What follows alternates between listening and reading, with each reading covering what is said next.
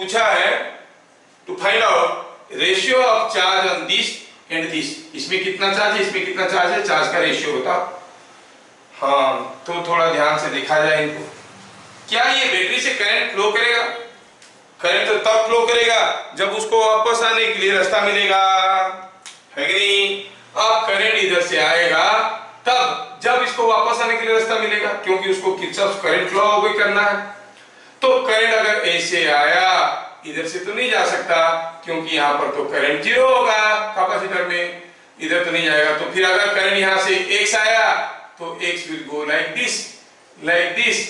फिर इधर पहुंचने के बाद इधर तो नहीं जा सकता, क्योंकि कैपेसिटर में करंट जीरो है। हाँ, तो क्या हुआ, इधर से रास्ता है, तो ऐसे आएगा, ऐसे आएगा, ऐसे करके। हाँ, तो रास्ता ऐसा ऐसा करके वो कंप्लीट कर लेगा, मतलब बैटरी से कुछ करंट निकलेगा। ठीक है, लेट सॉल्यूशन कैसे बनाएंगे? सॉल्यूशन कैसे बनाएंगे? सॉल्यूशन ऐसे बनाएंगे, let current supplied by battery is x, the distribution of current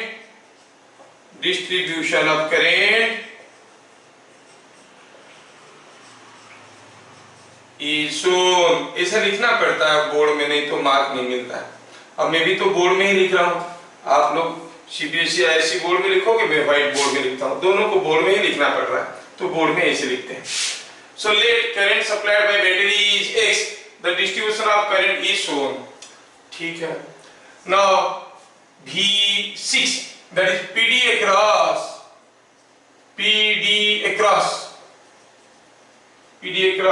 6 microfarad. ये जो 6 माइक्रोफैराड है, इसके क्रॉस में पोटेंशियल डिफरेंस कितना है इसके क्रॉस में? अच्छा, तो ठीक है, ऐसे घूम लो, ऐसे घूम लो तो कितना हो गया? ये 3 था, मैं इसका थोड़ा वैल्यू बदल देता हूँ, इसको अभी मैं 10 कर देता हूँ, कोई तकलीफ नहीं, 10 हो।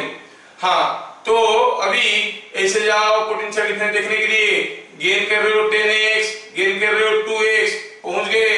सो it is 10x plus 2x is equal to 12x।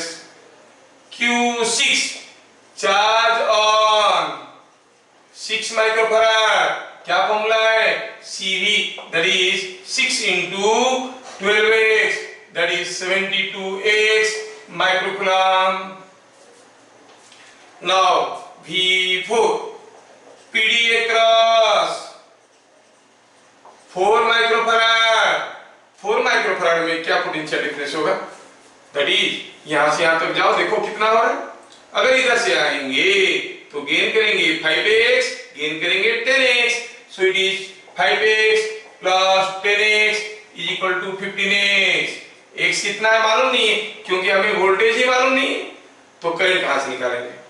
Anyway, Q4 charge on 4 microfarad, क्या है formula? Again CV, 4 into 15x is 60x माइक्रोकूलम्ब, है कि नहीं? Now Q6 by Q4 is equal to 72x by 60x is 6 by 5। x unknown था और cancel हो गया, 6x unknown था और कैंसिल हो गया। So here पूछा है find the charge on each capacitor. अब इसमें आप जानते हो कि करंट तो कुछ होगा नहीं, अच्छा मान लो कि पहले 20 वोल्ट था, ऐसा कुछ करंट गया, सबको चार्ज किया, फाइनली करंट 0 हो गया। करंट ऐसा फ्लो किया, मतलब करंट जब यहाँ पर आया कोई चार्ज Q आया होगा, यहाँ पर -Q आया होगा, और वो चार्ज इधर से जाके यहाँ पर हुआ होगा +Q और यहाँ पर हुआ होगा -Q। ये चीज पहले समझ में आना चाहिए, क्योंकि ये ज्यादा वोल्टेज था, ये कम था, करंट ऐसे फ्लो क्या होगा, ये वाला कैपेसिटर इधर से चार्ज हुआ होगा, ये वाला इधर से, जो करंट जा रहा था इधर से सेम चार्ज, क्योंकि ये देखो ये पॉजिटिव चार्ज हुआ, ये नेगेटिव चार्ज हुआ अंदर वाले सरफेस पे, बाहर का पॉजिटिव चार्ज वो इधर आ जाएगा। So what you find as same current was passing through the circuit during it is charging, during it was charging, same current पास कर रहा था, तो हम कहेंगे सब सीरीज में थे, सीरीज में थे तो चार्ज बराबर हो गया। अब हमें Q पूछा गया है, चार्ज ऑन ईच कैपेसिटर, तो हम कहेंगे charge on each capacitor is same. अगर इसमें प्लस Q हुआ, इसमें प्लस Q, इसमें माइनस Q होगा। अच्छा सेम है, तो हम क्या कहेंगे, as during charging same current passes through each capacitor, passes through each capacitor,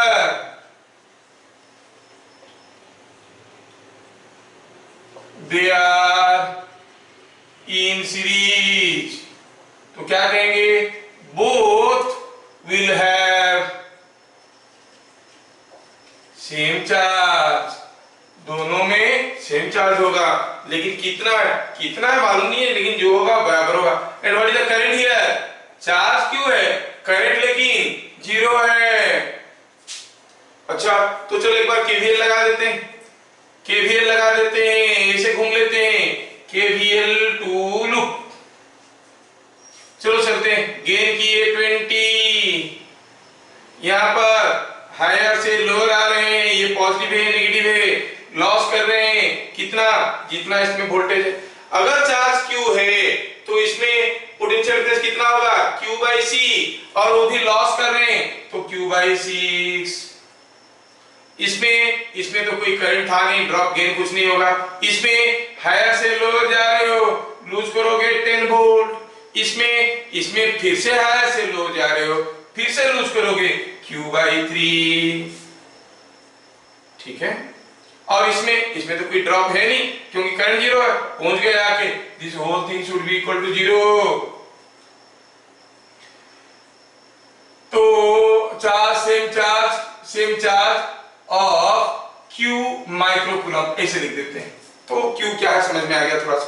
चलो सिंपलीफाई करते हैं, कितना हो गया ये 20 - 10, वो तो 10 होता है, ये दोनों किधर ले लो, Q/3 plus Q/6, so what is coming out to be Q, it is 20 microcoulomb.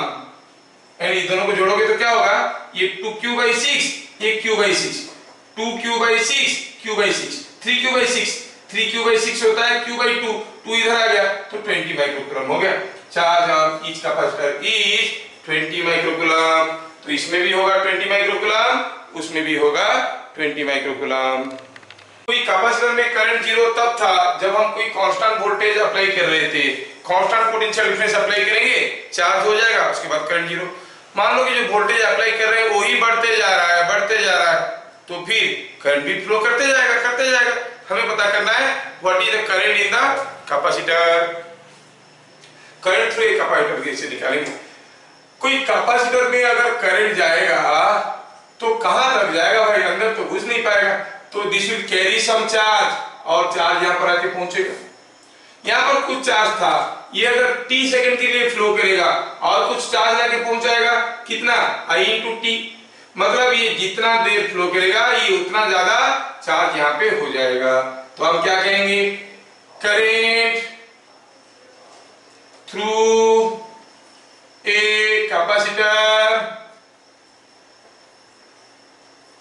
is equal to I is equal to dQ/dt, where what is Q?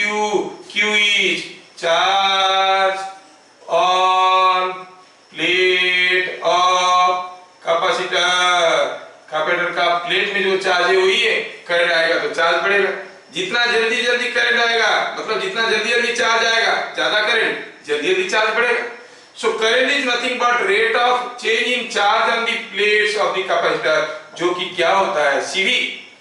और कोई कैपेसिटर के लिए C तो कांस्टेंट है, तो हम कहेंगे I is equal to d/dt of CV, और that is equal to C dV/dt, फिर ये V क्या है, PD across कैपेसिटर।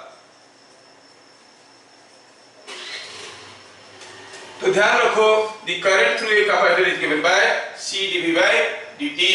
छोटा सा क्वेश्चन नंबर 10 क्या बोल रहा है, suppose here is a capacitor say of 20 microfarad, इसके क्रॉस में मैं एक वोल्टेज लगाया हूं जो कि वेरिएबल वोल्टेज है और ये ऐसे कनेक्ट किया हूं। क्या दिया है? V equal to alpha t plus beta. Find current in capacitor, मान लो कि ये C है, ठीक है, C है। फाइंड करेंट इन कैपेसिटर, अब V बदल रहा है, हम सीधा सीधा फॉर्मूला लगाएंगे। Solution current is C dV by dt, यहाँ पर V दिया है अल्फा टी प्लस बीटा, तो dV बाई dt क्या हो गया? इट इज ओनली अल्फा, है ना? इतना डिफरेंशिएशन तो सबको आने लगा। सो it is C alpha, the current through the capacitor is C alpha. समझ में आया क्या?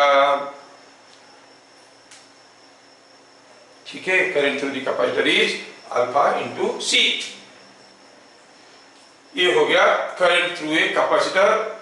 आपका वेरिएबल कैपेसिटेंस नहीं है, जबकि जे वेरिएबल कैपेसिटेंस आता है। मतलब इसके साथ साथ अगर दोनों प्लेट में डिस्टेंस बढ़ रहा होगा, या फिर कोई डायरेक्टली घुस रहा होगा, या फिर ये ऑयल में डूब रहा होगा, या फिर एक प्लेट दूसरे प्लेट को पैरेलल होके जा रहे होंगे, ये सब जे में आते हैं। आपको फंडामेंटल है कि capacitance is a constant for a capacitor, और आपको निकालना है what is the current in the capacitor.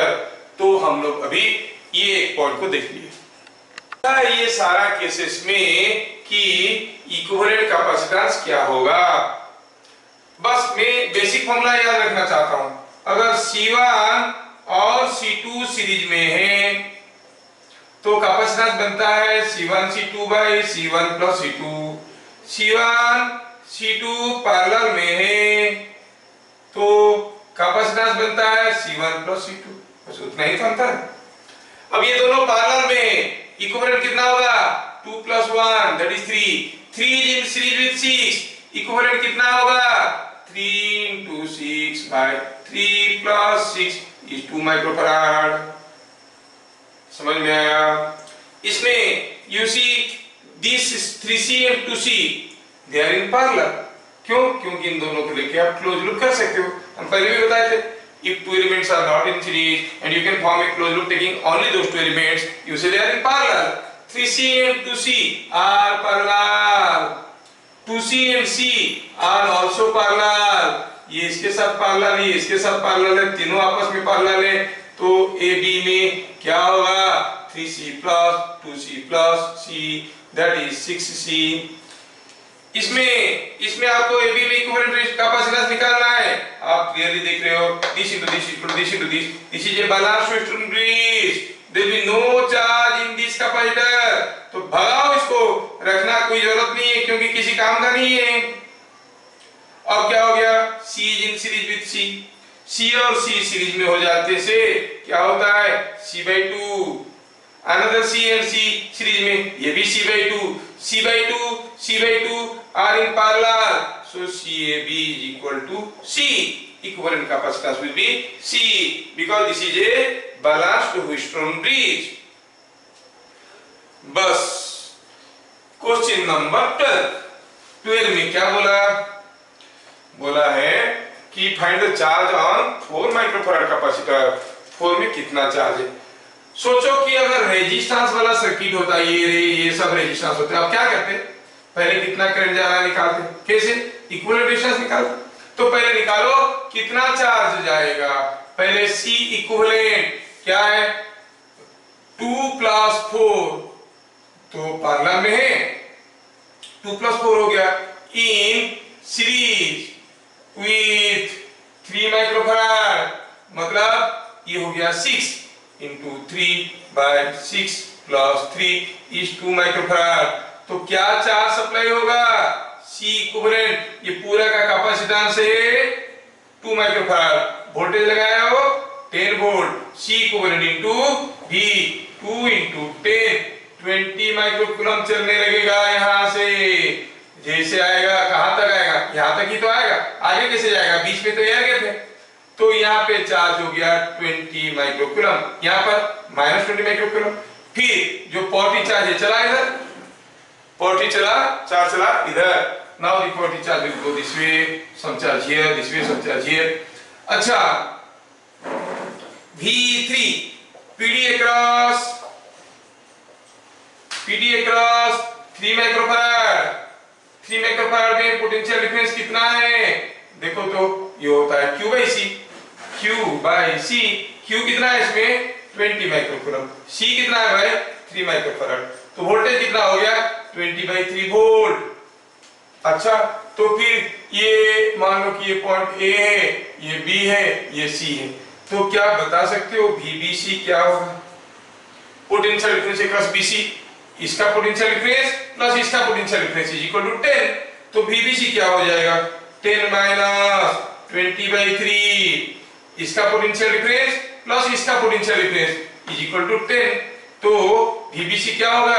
10 minus potential difference across this, 10 minus 20/3 is 10/3 volt. हाँ, आपको पोटेंशियल डिफरेंस पता चल गया बी और सी में।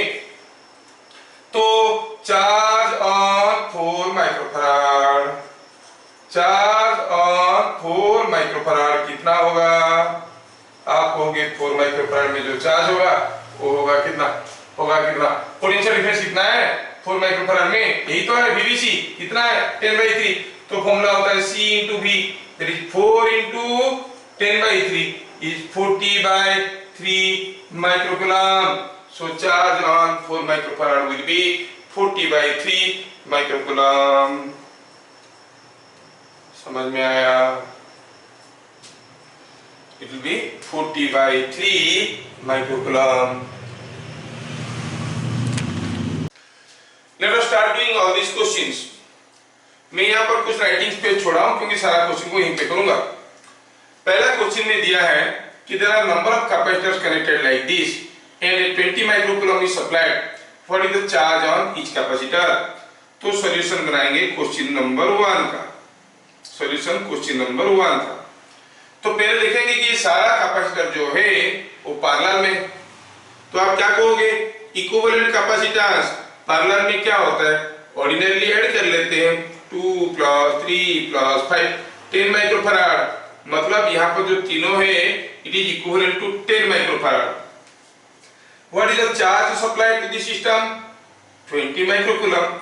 इसका मतलब V potential difference across the combination, ये जो कॉम्बिनेशन है इसमें पोटेंशियल डिफरेंस क्या आएगा? भूल जाओ कि ये 3 कैपेसिटर है, अभी तो एक कैपेसिटर है ना, एक कैपेसिटर है कितना का? 10 माइक्रोफैराड का। चार्ज कितना जा रहा है? 20 माइक्रोकूलम। पोटेंशियल का formula Q/C, so it is coming out to be 20 microcoulomb by 10 microfarad is 2 volt. तो अभी पता चल गया कि ये दोनों टर्मिनल में पोटेंशियल डिफरेंस इज 2 वोल्ट।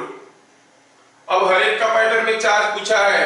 अब यहाँ पर अगर पोटेंशियल डिफरेंस 2 वोल्ट है तो इसमें भी पोटेंशियल डिफरेंस 2 वोल्ट हुआ, इसमें भी 2 वोल्ट हुआ, इसमें भी 2 वोल्ट हुआ, सब में 2 वोल्ट हुआ। तो आप क्या कहोगे? Charge on 2 microfarad is C into V। C कितना है? 2। V कितना है? 2। 2 into 2 that is 4 microcoulomb. Charge on 3 microfarad कितना हो जाएगा? C into V। C कितना है? 3। V कितना है? 2। कितना हो गया? 6 माइक्रोकूलम। अब चाहे तो आप Q5 भी निकाल सकते हो। Q5 कितना हो जाएगा? Charge C into V, it is 10 microcoulomb. और इंटरेस्टिंगली थोड़ा देखोगे तो 4 माइक्रोकूलम, 6 माइक्रोकूलम, 10 माइक्रोकूलम, तीनों को जोड़ो, 4 + 6 + 10 कितना है? 20। वो तो मिल रहा है। तो क्वेश्चन नंबर 1 का सॉल्यूशन ये हुआ। ठीक है, this is solution to question number 1।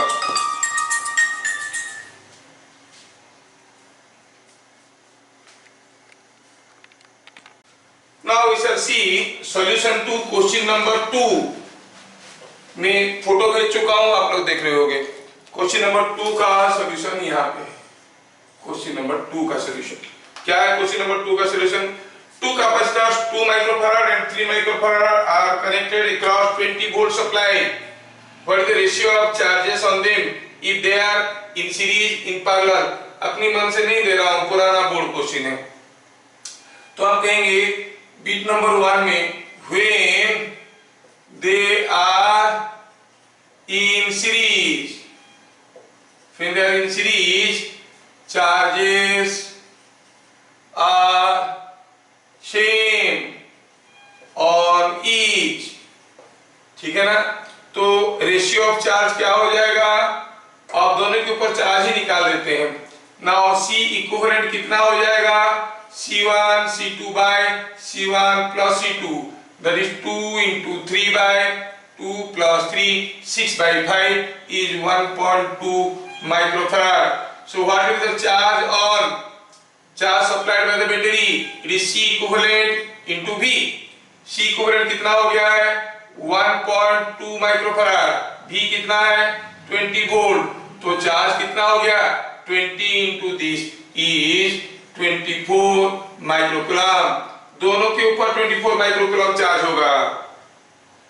Okay, now when they are in parallel, अब दोनों अगर सीरीज में है, दोनों में चार्ज कितना होगा? 24 माइक्रोकूलम का। और चार्ज का रेशियो बाय द वे पूछा है, रेशियो होगा 1:1। चार्ज कितना होगा? हर एक में 24 माइक्रोकूलम का। फिर दे आर इन पैरेलल, अगर वो पैरेलल में है तो कितना होगा? In parallel V is same, दोनों में V सेम होगा। तो हम क्या कहेंगे? Charge on the first one by charge on the second one is C1V by C2V। V को कैंसिल कर गया, C1 हो गया 2/3। The ratio is 2/3. So when you say they are in parallel, the charges are in the ratio 2:3। और क्या charge है? C1V, इसमें charge C2V। Okay, क्योंकि पैरेलल में दोनों में V बराबर होगा। क्वेश्चन नंबर 2 भी समझ में आ गया। क्वेश्चन नंबर 3, क्वेश्चन नंबर 3 का सॉल्यूशन यहाँ पे करते हैं। ध्यान से देखिए, ये बड़ा इंपॉर्टेंट क्वेश्चन है। जब भी आया है 3 मार्क आया है। एक capacitor of 2 microfarad was charged to 10 volt, then it was connected across a 3 microfarad on charged capacitor. What will be final charge on each capacitor? ध्यान से देखें, पहला केस में क्या हुआ? पहला केस में हुआ यूं कि कोई एक 2 माइक्रोफैराड का कैपेसिटर को हम चार्ज कर दिए। कितने वोल्ट में? 10 वोल्ट में। 2 माइक्रोफैराड है, ऑब्वियसली इसमें चार्जेस रहेंगे। What is the charge on capacitor? C into V, 20 microcoulomb. पता चला इसमें है +20 माइक्रोकूलम, इसमें है -20 माइक्रोकूलम। अब इसको लेके आए, लेके क्या करें? हम लोग एक 3 माइक्रोफैराड कैपेसिटर की ऑन चार्ज कैपेसिटर के क्रॉस में लगा दी। क्रॉस मतलब कनेक्टेड इन पैरेलल। ठीक है, तो सेकेंड केस में हुआ यूं कि आपका जो 2 माइक्रोफैराड कैपेसिटर चार्ज था, ये वाला, उसको लाके आपने लगाया किसके साथ? एक 3 माइक्रोफैराड के साथ। 3 माइक्रोफैराड ऑन चार्ज कैपेसिटर के साथ आपने इसको लगा दिया। इसमें ऑलरेडी कुछ चार्ज था। जैसे स्विच ऑन किए, इसमें कुछ पोटेंशियल डिफरेंस था, उसके चलते ये भी चार्ज होने लगेगा। चार्ज होने लगेगा मतलब यहां से कुछ चार्ज निकल के इसमें आ जाएंगे। पूछा है, बताओ what will be the final charge on each capacitor. अच्छा, ये वाला जो प्लेट है, ये वाला प्लेट में कितना चार्ज था? 20 माइक्रोकूलम चार्ज था। तो यहाँ पर 20 माइक्रोकूलम था। अब इधर क्या था? -20। अगर हम इसको ऐसे कनेक्ट कर देते हैं, यहाँ पर जो 20 माइक्रोकूलम चार्ज था वो ज्यादा से ज्यादा भाग के यहाँ तक आ सकता है और इधर तो नहीं जा सकता। मतलब फाइनली इसमें कुछ चार्ज होगा, इसमें कुछ चार्ज होगा, ये दोनों प्लेट का चार्ज मिला के वही 20 माइक्रोकूलम होगा। तो कैसे डील करेंगे ऐसा केस को? ये 2 माइक्रोफैराड का कैपेसिटर था। हम कहेंगे Q टोटल, टोटल कितना है सिस्टम में? टोटल चार्ज कितना है? जितना था वही है। Charge can neither be created nor be destroyed. C total, total capacitance कितना है? Now this two are in parallel, so 2 + 3 is 5 microfarad. तो what will be the voltage? Equivalent potential difference across the combination. अब यहाँ पर एक capacitor है, दोनों मिलके 5 माइक्रोफैराड का, जिसमें चार्ज है 20 माइक्रोकूलम का, तो पोटेंशियल डिफरेंस कितना हो जाएगा, Q total by C total. ऐसे किए तो क्या मिला देखो, तो Q टोटल हो गया 20/5, so it is coming out to be 4 volt. तो पहले तो ये 10 वोल्ट में चार्ज था, लेकिन कनेक्ट करने के बाद ये 4 वोल्ट का बन गया। ठीक है, 4 वोल्ट का बन गया। Now the potential difference across the combination is 4 volt. अच्छा, अगर 4 वोल्ट है तो फिर इसमें कितना चार्ज है, इसमें कितना चार्ज है। अब इसमें पोटेंशियल डिफरेंस 4 वोल्ट है, तो potential difference across each capacitor is now 4 volt. thus PD across each capacitor is 4 volt. So charge on 2 microfarad कितना होगा, 2 into 4 8 माइक्रोकूलम। चार्ज का क्या फॉर्मूला है, C into V। And charge on दूसरा वाला 3 microfarad, 3 into V that is 12 microcoulomb. और आप देख सकते हो इंटरेस्टिंगली 3 माइक्रोफैराड में अभी 12 माइक्रोकूलम है, इसमें 8 माइक्रोकूलम है, दोनों मिला के 20 माइक्रोकूलम जो था वही है। So the charge here on this plate is redistributed between the two plates. So question number 3 is understood. I'll omit this one. Question number 3 समझ में आ गया, तो हम क्वेश्चन नंबर 4 में जाएंगे। Question number 4,